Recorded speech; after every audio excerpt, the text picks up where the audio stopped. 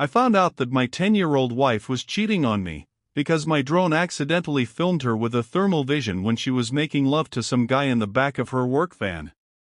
I'm Marcus Hale, 41, from Denver. 14 years with Rebecca, married 10 of them. No kids, God knows we tried, rounds of IVF, the whole heartbreaking circus, but it never happened. We told ourselves we were enough for each other. Apparently that was only true for one of us. People always said we were that couple. I fly commercial drones for land surveys, pipelines, mining claims, wind farm sites, solid six figures, weeks away sometimes, but I always came home loaded with stupid souvenirs and the kind of desperate hugs you give when you've been sleeping in Super 8s for 20 nights straight. Rebecca built a name as one of Denver's top high-end wedding planners. Her Instagram looked like a fairy tale factory, mountain vistas, $180,000 budgets, brides crying happy tears while she air-kissed them in designer jumpsuits. She made bank, but more than that, she made magic. At least that's what I thought. Last year she started borrowing my smaller drones for her events, flyover shots of ceremonies at Red Rocks or Spruce Mountain Ranch. I loved that she loved my gear. I even bought her a white Sprinter van and had it wrapped with her company logo because she said the old one looked too soccer mom for luxury brides. I was proud. I was an idiot. The affair started, I later learned, 18 months ago. 18 goddamn months. It began the night of the Kensington Rodriguez wedding at a private ranch outside Castle Rock. The brother of the bride, Evan Rourke, some trust fund finance bro from Cherry Creek with a jawline and a Rolex, stayed late to help with breakdown. They popped leftover view, sat on the tailgate of her van, and Rebecca apparently decided that was the moment to unload about how lonely she got when I was in North Dakota for 3 weeks at a time. One thing led to another, and suddenly my wife was screwing this guy in the same van I paid for. On the same night she texted me, "Miss you baby, come home safe." She thought she was untouchable. Different city every weekend, Cash App hotel rooms, burner phone for the spicy stuff. She even bragged to a friend, I saw the texts later, that I was too busy staring at LiDAR data to ever notice. She mocked the way I kissed her goodbye like a golden retriever every morning. She had no idea my new survey drone had a FLIR thermal pod that can see a rabbit's heartbeat from 800 feet up. And she really had no idea I'd be flying it over an industrial lot in Aurora on a random Tuesday in October, mapping a substation expansion for XL Energy, right as her white Sprinter rolled in with the windows fogged and the suspension doing things no cargo van should ever do. I was at 720 feet AGL, hovering in a slow racetrack pattern over the old Aurora rail yard. Routine job, map the new transformer pads before they poured concrete. The flow was set to high contrast because the sun was dropping and metal gets cold fast in October. At first I thought it was kids breaking into a boxcar. 2 heat signatures, bright white against the cooling asphalt. Then the smaller signature climbed on top of the larger one and started moving. Rhythmically. I actually laughed, gross, but whatever, people gonna people. I zoomed the gimbal. 12 times optical plus digital enhancement. The shapes sharpened. One was clearly on all fours.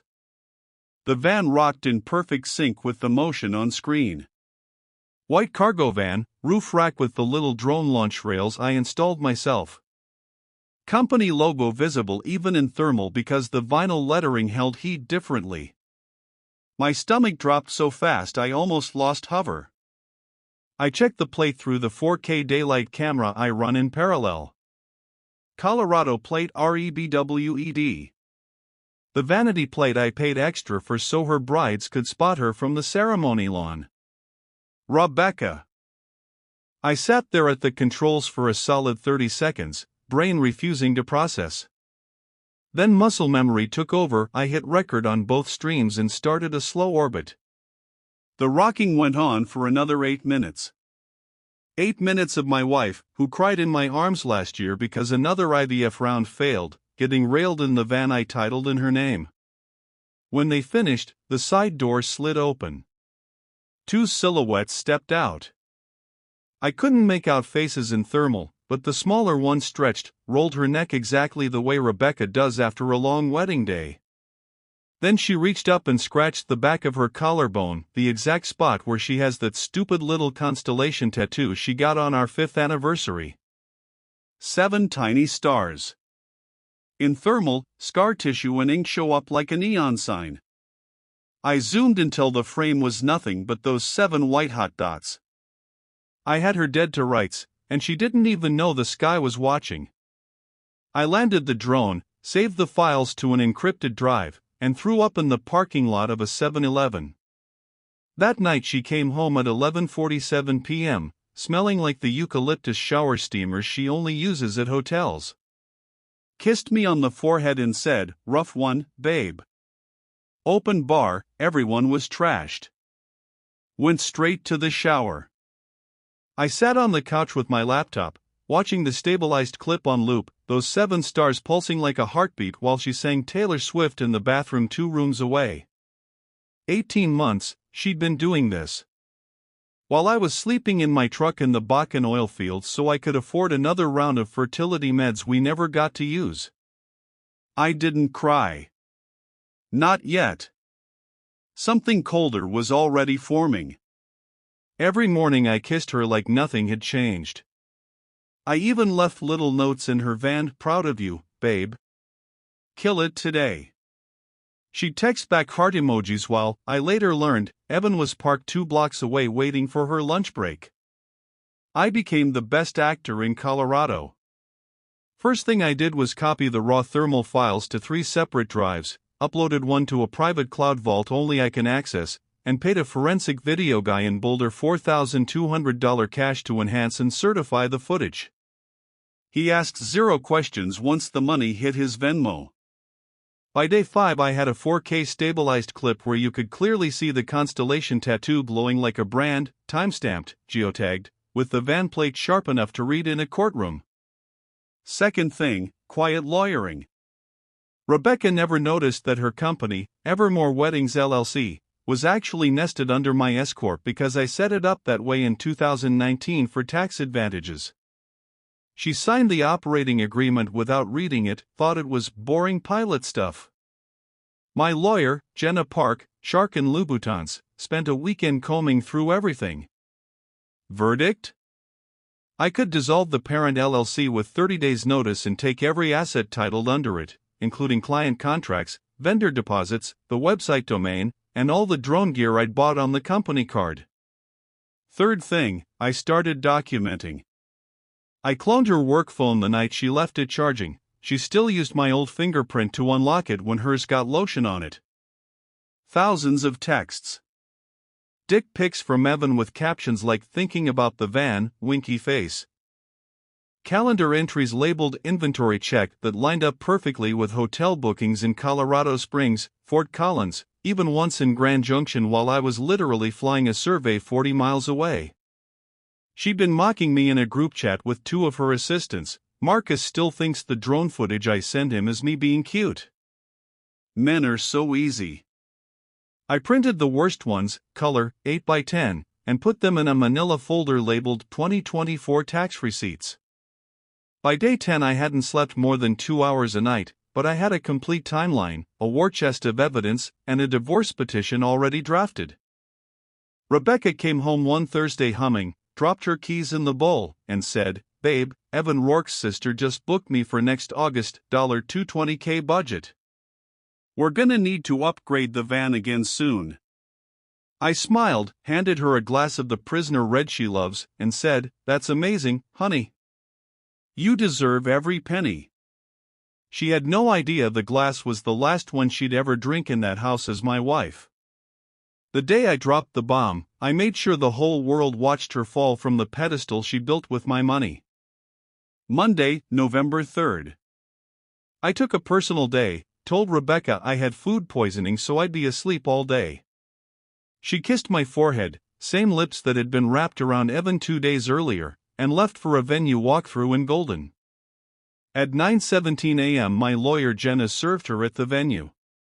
Handed her the petition in front of the bride, the groom, the mother of the bride, and two photographers Rebecca had been courting for months.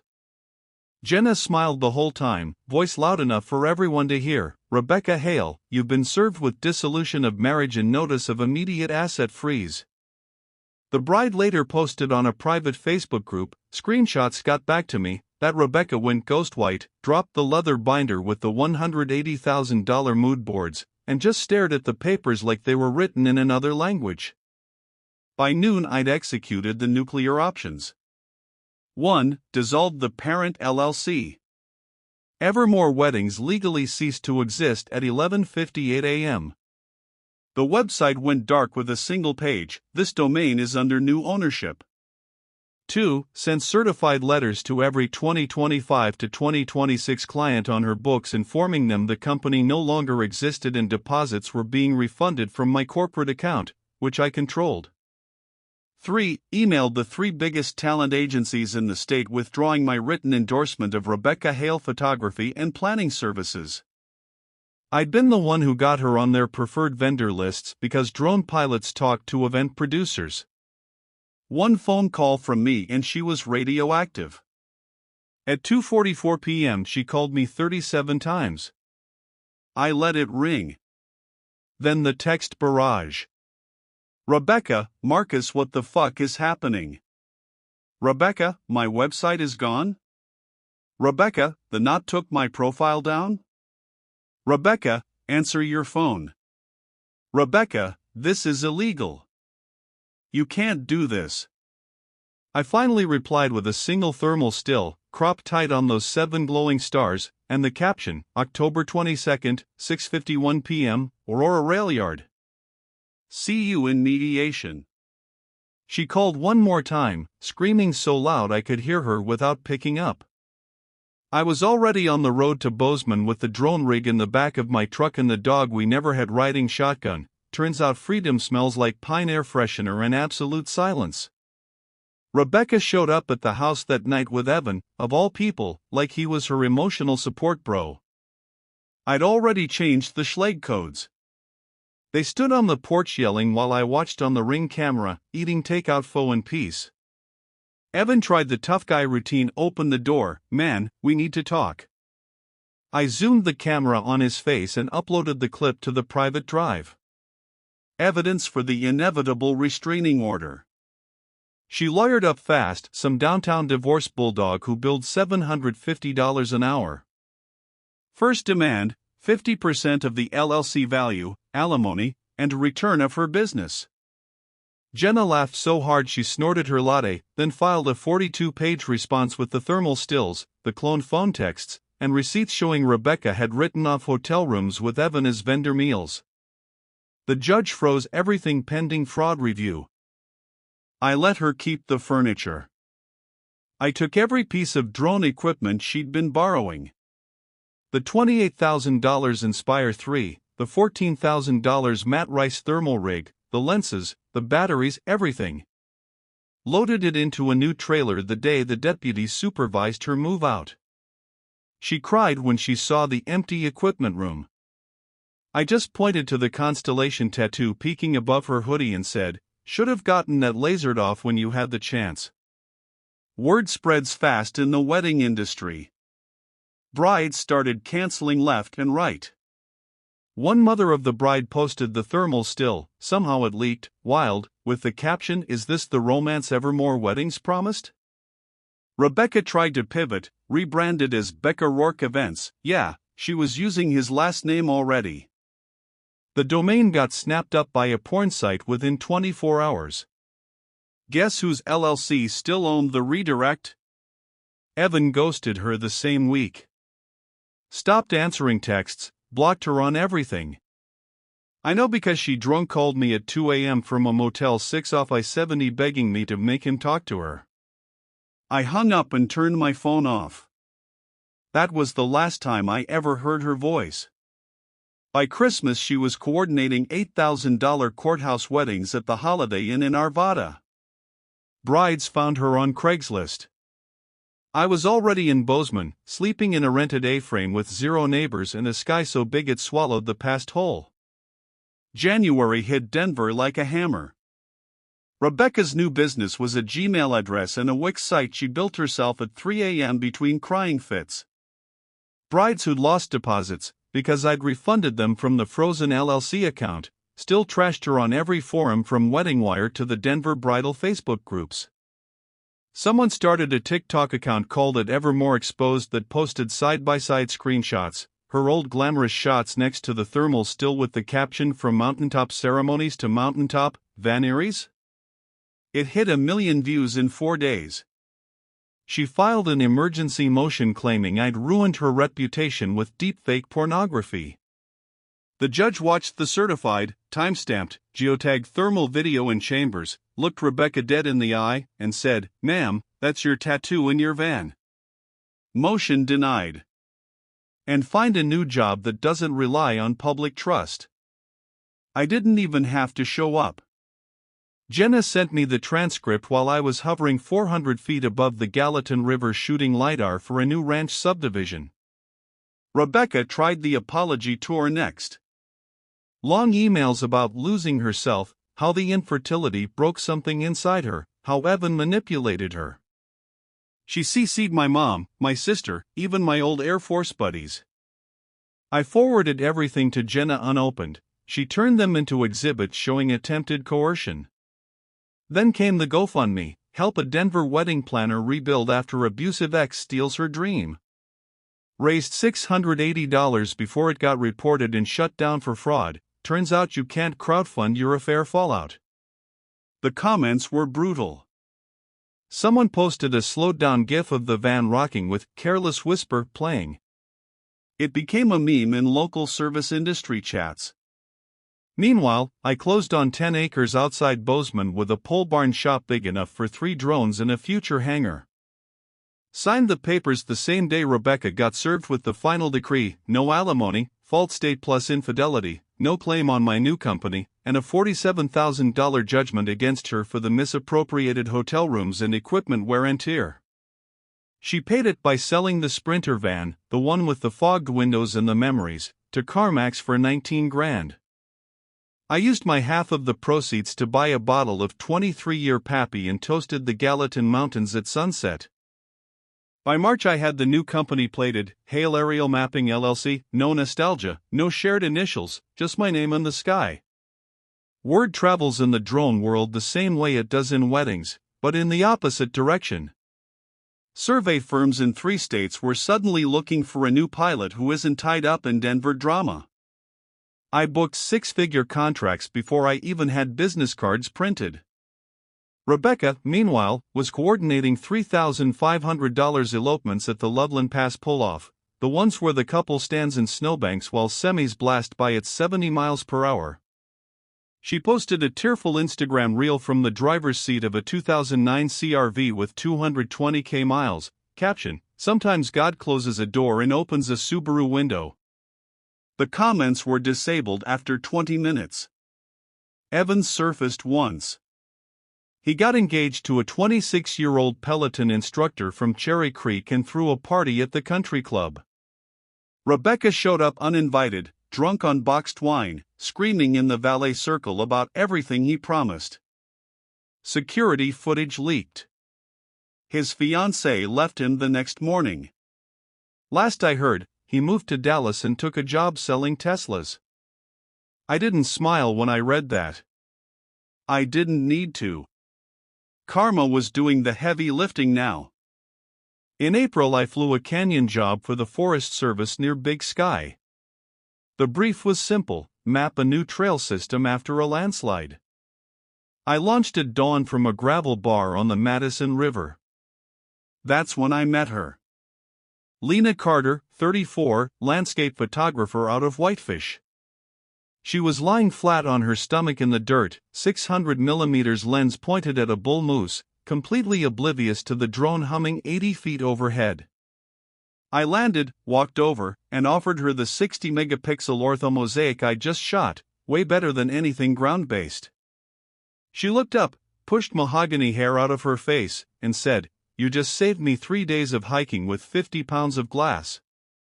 Then she grinned, the kind that starts in the eyes and doesn't ask permission. We ended up drinking gas station coffee on the tailgate of my truck while the files transferred. She asked if I was running from something or towards something. I told her the short version, no self-pity, just facts.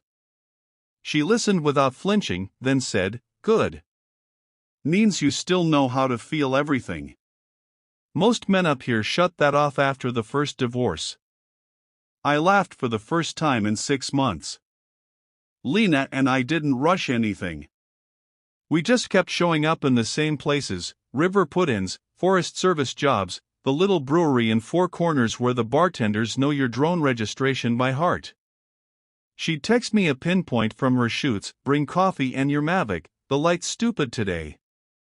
I'd land on a ridge with 2 camp mugs and watch her lie in the grass framing wildflowers while I mapped the same valley from 500 feet up. 2 different ways of seeing the same world.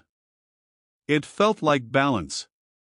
By July I had a crew, 2 full-time pilots, a data processing kid fresh out of MSU, and more work than we could handle. Hail aerial mapping was the new gold standard for wind farm surveys from Sheridan to Salmon.